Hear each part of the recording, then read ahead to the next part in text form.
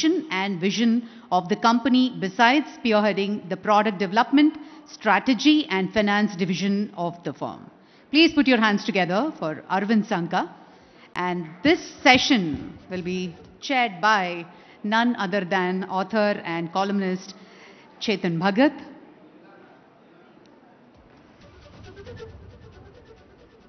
A warm welcome to Aravind Sanka.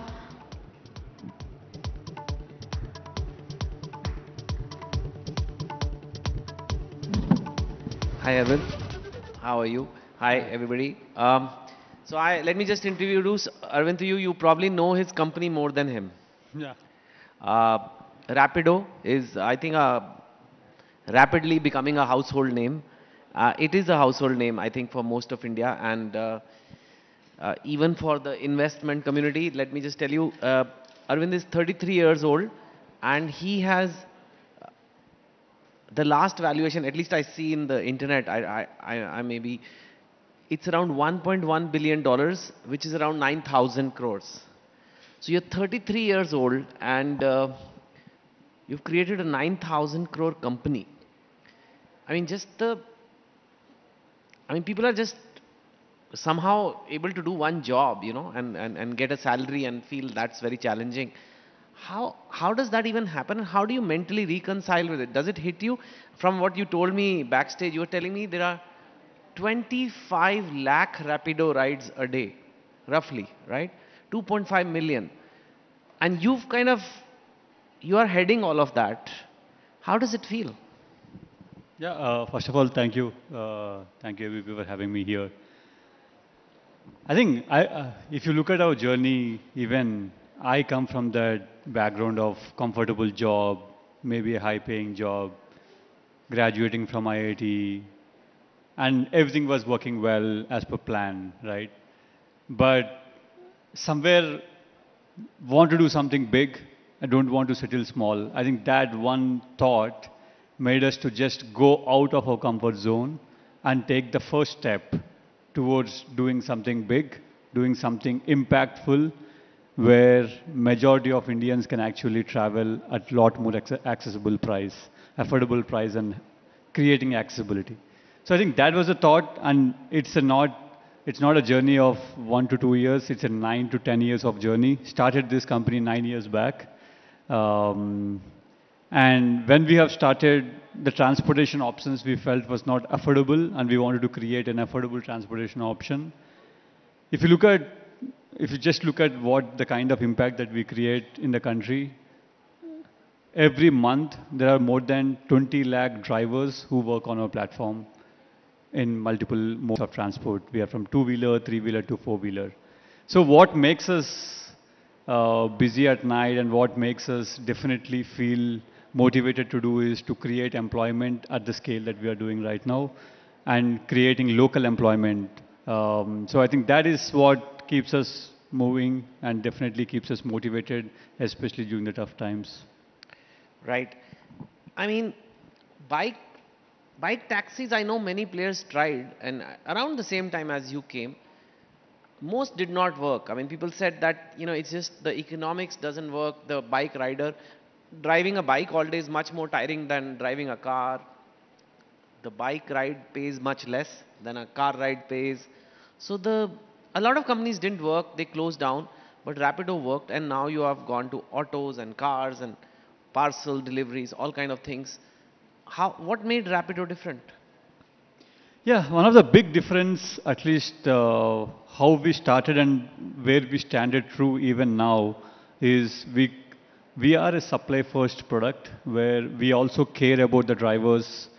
We care about the captains who work on our platform, and we are the only platform who don't take any commission from the drivers. This is a globally, you don't find any platform like this where we don't take commissions and we charge a mere daily 20 to 30 rupees from a driver point of view. So I think that is what changed the way both the scale of Rapido and also giving back to the society or to the captains to earn more. And we made sure we worked hard for that, so that still we need to run the company, but at the same time we want to run the company with a very less cost and make sure that they get the most of the platform, right? So I think that is a big difference where we cared about the captains, which are our drivers, whom we call captains, and at the same time they make a lot more than what we make on per every ride, and that's what changed the course. So, I personally, anecdotal data, but when I sometimes sit in a Uber or a Ola, the driver says, "Arey sir, आप जो ride का दे रहे हो, company ले लेती है." मतलब, the platform takes 25%. Yeah. So if it's a 500 rupee ride, one ride, they will take 100 rupees, right? If the driver does a business of, I don't know, 2,000 rupees or 3,000 rupees a day, they may take up to 500, 800 rupees, something like that. They were like really, and I was quite surprised. Yeah. And you are saying Rapido takes 20 rupees a day, 30 rupees a day, like that. Whatever, Exactly. the numbers may change a little bit. How are you able to survive? And why do they charge so much? And how will you survive with like such a big difference? Yeah, I mean, so this is more to do with how do we build the systems, how do we build the teams with the price that we charge, which is like, let's say we charge 30 rupees per day to a driver. We made sure the costs are less. I mean, the biggest problem with global companies or any other company was they made the cost very high to run the business, and hence they had to charge a lot. But we made sure our costs are less, and charge less to the captain and make him earn more, because that also gives the consumer experience. Like if you're taking a ride, the cancellations, the experience the customers is going through are not as per what a global standards are, even though they are global companies, right? So I think that is the thing that where we try to change that. If drivers are happy, then generally they make the customers happy, and if we can figure out a way our costs are so less that even though we charge very less, we are still able to not lose money as a platform. So it's more to do with the rigor of execution with the low cost that we have. And obviously it's also because we come from a bike taxi world where bike taxi, the ticket sizes are very less, like it's a 50 to 60 rupee product. And we used to be profitable with that. And we made sure that we pass on that benefit to a cab and auto world as well by charging less commissions. Okay. Okay, let's talk about something different from Rapido, but more about being an entrepreneur, unicorn entrepreneur. These days I've seen, like, there used to be Bollywood stars who would become stars. Nowadays, like, entrepreneurs are also celebrities, right? A lot of them are, okay, there are shows like Shark Tank and all, which may have triggered this, but also just the idea that a 33-year-old created a 9,000 crore company, what happened? Like, there are many, and I also know that many entrepreneurs of such companies, they have an active team that manage their image, right? I don't think you do. Clearly, you were in the back room, lounge, and people were like, okay, this is Aravind, he's the Rapido guy. And I was like, okay, Rapido is known. In fact, you're not even in a B2B type company where, like, nobody even knows the company. Rapido is very well known, but people don't know you. Today probably is one of the few times you are here and we are talking. But there are some who are out there posting reels and putting holidays, and they're building a brand about, the company is about the face. Elon Musk is doing that too. I mean with his Twitter and everything. And in India also that culture is there. You don't do it. I'm not judging anybody. Everybody. But how do you see it? What are the pros and cons of doing it, not doing it? Yeah, definitely. Maybe at least I am a bit extreme that I'm not on any social media platforms. You don't even have an account. Yeah, I don't. Maybe on LinkedIn a little bit. LinkedIn is okay, but not in any other social media platforms. But what I think, I don't think that we should be that extreme as well. Where there are some things where we want to tell to our consumers about how I think, how Rapido as a platform thinks, how we think, what we want to do, how we can change the platform. So I think it's definitely a tool if used well. Can have its own benefits, but at the same time, definitely it's a two-sided thing where if you don't handle it well, it might impact your image, and that will impact the company as well, which is also a thing which need to be taken care of. But otherwise, I think if used well, it can be a great tool. So full disclosure, like one of the big entrepreneurs of India, who's a very good friend of mine, who's also come on this platform in not in the Southern Summit, but in Mumbai. We did a ABP event, and he was there. And there's a comedian on X or Twitter, what it was called, and he just made a few tweets about the company, and they got into a. I won't go into it. People can Google it. It's very easy to find. He got into an altercation with the comedian, which is also okay, fine, it happens, that's what X is. But the next day, the stock price dropped 8%, and that's a multi-billion-dollar company. From a few tweets with the comedian, who's not even like he's not like he's just a comedian on X. It's not like that. What is going on there? And like, what are we dealing with in this era, and how should entrepreneurs position themselves to handle situations like this? Like, I'm sure people, there may be, if there are 25 million rides, 5 guys had a very bad ride, right? In Rapido. They may say, oh my God, I got like scratched or whatever. How do you see that whole incident? Were you following that incident? You're not on social media, but... No, definitely. It's a definitely an incident where people forward what's happening. But I think one thing, as you started this conversation saying that like a Bollywood star or like a celebrity, entrepreneurs are also becoming like that. I would say it's more to do with there are a lot of people who are inspired by the journey of you or who you are, what you have done. And maybe they also want to take entrepreneurship, and that is where ideally that's what we can give back to the society, then that if we can take on incumbents, anyone can take on incumbents, right? I think that is one way where I see why people are getting inspired by the stories of entrepreneurs like us, right? So I think that is, I would say that is how maybe entrepreneurs has to use the platform in terms of inspiring people and getting feedback of their product and definitely hearing it to the consumers, because that's a great channel to do it, right? But definitely, as I said, the impact, it can go both ways if it's not handled well.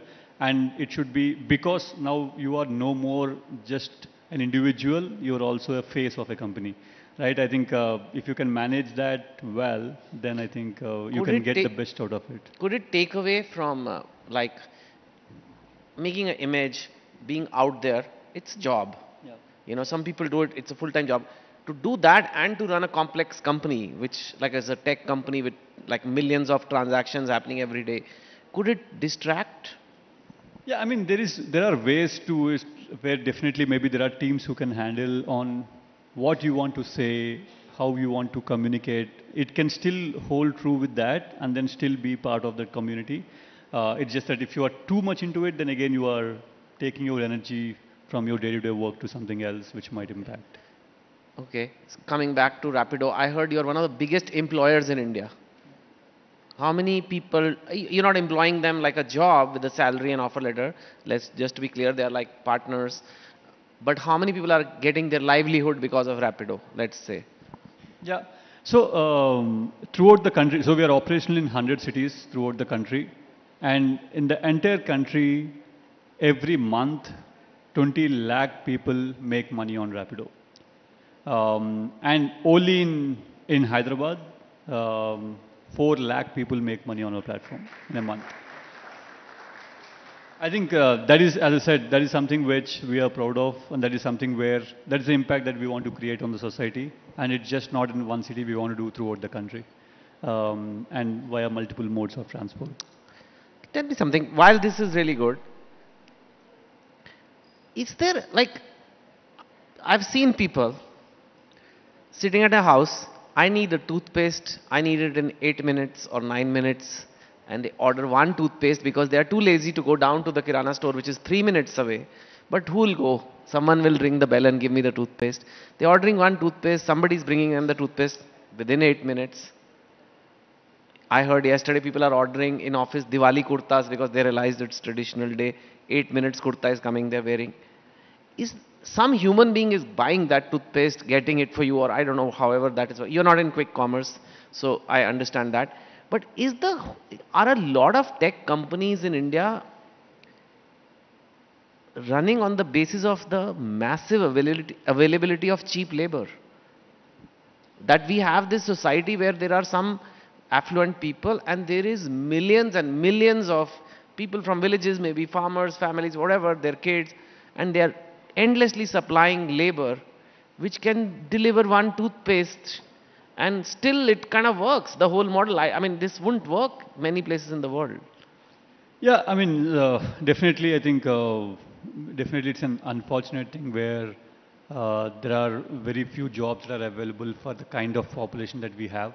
But at the same time, people are also looking for convenience, and that convenience has to be delivered, and people are willing to pay, and there are people looking out for jobs. So I think, according to me, if we can deliver convenience by creating employment, but at the same time creating employment from an earnings point of view, we believe they need to make more than minimum wages, and at the same time taking care of their social welfare. If you're meeting all this, where they're making more than minimum wages, you are giving flexibility, and they are taking care of safety, they're taking care of their health, then I think, yeah, this is not a bad thing to do. How much could a Rapido driver make? Bike, auto, car? Yeah, so we see again one of the core philosophy of how we work is we want everyone to have their own flexibility on how they want to work on our platform, where they can work whenever they come, they can come anytime, they can leave anytime, and any number of hours in a day, etc. So on a typical bike taxi captain make around 80 rupees per hour. An auto captain make around 120 rupees to cab around 150 to 160 rupees per hour. Okay, so if they work 10 hours, then 800 rupees a day as a bike driver, 1200 as an auto driver, Yeah. and 1500 as a car driver. So you can make, if you're driving a cab, you can make 40-50,000 a month. Yeah. Okay, that's a good, I think, Yeah. After the fuel cost. number. What policies do you think are good right now for startup entrepreneurship in India from the government, and what else can they do? If you being in the business and actually running it on, like for these fast growing tech companies, what policies, direction do you think it should, because this is kind of like a thought leadership event, so sometimes you never know whose ears we might reach. Yeah. So yeah. Yeah, definitely. I think one big thing what as a platform we also have faced and at the same time have gone through is also every new category or every new business doesn't have an existing policies when you start, right? And as you progress and as you make the business big, that's where the policies generally follow to it. So how do you work during the journey of when there is no policy but you are creating certain business or certain impact that you are creating, maybe an employment in this angle or traffic congestion in our side, and also climate impact that we are creating. So we think, how do you work in this transition? So can government have maybe a separate teams, have separate policies, just for you while they can handhold you till you become certain extent, and then maybe a policies can follow after that. So I think traditional businesses and new businesses have to seen in a different lens, and I think we are evolving in that for sure. A lot more dialogues have been open now compared to what it used to be 10 years back. It's just that maybe it can be much more faster. Okay. What impact do you think AI, artificial intelligence, will have on your business and business in general? Yeah, so in general, definitely, I think like everyone says, productivity is going to be the king. I mean, earlier you used to search and go through multiple articles get an answer. Right now it is available in the fingertip. So I think how do you leverage that and to make the decision making faster and then the process faster. So I think productivity is going to be the big thing. And even for us at Rapido as well, developer productivity to call center productivity to the team productivity, like we are a 600 member team. So how do we be productive? I think that is the major thing that how we are trying to use. At least in transportation, we don't see beyond that for now, till the autonomous comes maybe. Okay. My last question is, if a young person in India, young boy, young girl is watching this and they want to be entrepreneurs, they want to be at least, even not a unicorn, but at least have their own startup, have a profitable company, and they don't know, nobody in their family has done business before. How would you tell them to get started? Yeah, I think even when we have started, we didn't knew anyone. We never know what to raise money means, how to take on incumbents, everything. No history, no friends who started the companies. But I think the biggest thing is your will to start. I mean, take that step of coming out of your comfort zone, and then definitely ask for help. I mean, I shamelessly asked help to a lot of people. I literally knocked the doors of people who can give us money. Literally knocked the doors, and literally went to alumni of different colleges and asked for the help, asked for hiring, asked for money. So I think taking help, and there are people who are willing to help you. It's just that they also, you just need to reach out to them. So I think ask for help. Definitely people are there to help.